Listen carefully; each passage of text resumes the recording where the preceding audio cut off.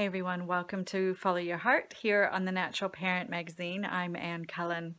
Today I want to talk about anxiety, guilt, all these feelings that can get in the way of enjoying motherhood, really, enjoying life if you aren't a mother and you're listening to this, because it's the same for all of us.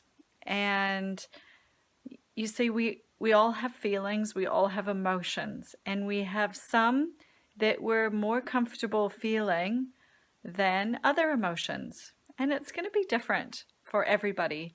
Although, it's more common that you're uncomfortable with feelings like grief and sadness and anger and some of those. In our culture, we tend to be conditioned to concentrate and focus on being happy and feeling good, but not too good, because that's another problem. If you are just too happy, then some people have a problem with that as well.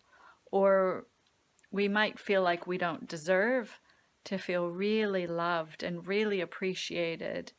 So we might feel uncomfortable with those kinds of feelings. So like I say, it depends on you and your life experiences, what you've been conditioned to believe about those feelings or those emotions and the reasons that you might be feeling the way that you do. So what do we do when we're noticing a feeling that we're uncomfortable with? Well, first of all, we actually want to try to feel the feeling. For some of us, this is easier than for others of us. For some of us, we really need to practice feeling our feelings. So one of the ways you can do that, if it's kind of a new thing for you, or if you've been shutting down your feelings for a very long time perhaps, is to give yourself time. Set aside some time to really just notice. And just bring it into your awareness and just start more and more bringing your feelings into your awareness. Notice what you feel in your body. You might feel things in your stomach, in your heart, in your throat, in your shoulders. Notice where you're feeling things. Notice what you're feeling and see if you can start to name those things. That's really the first step. And then we need to just come from a place of acceptance. So let's just say my hands are like my thoughts and the feelings and all those things wrapped up in my thoughts and feelings, right? So my hands are actually very useful. Think of all the things that you can do with your hands, right? Things that are useful to you, like, writing, typing, washing dishes, things that you enjoy doing, like hugging your children or touching your cat, right? So we don't want to cut off our hands. And if we're using this analogy, like our hands are like our thoughts and our feelings, we don't want to get rid of our thoughts and feelings either. They have a use. They're there to tell you something.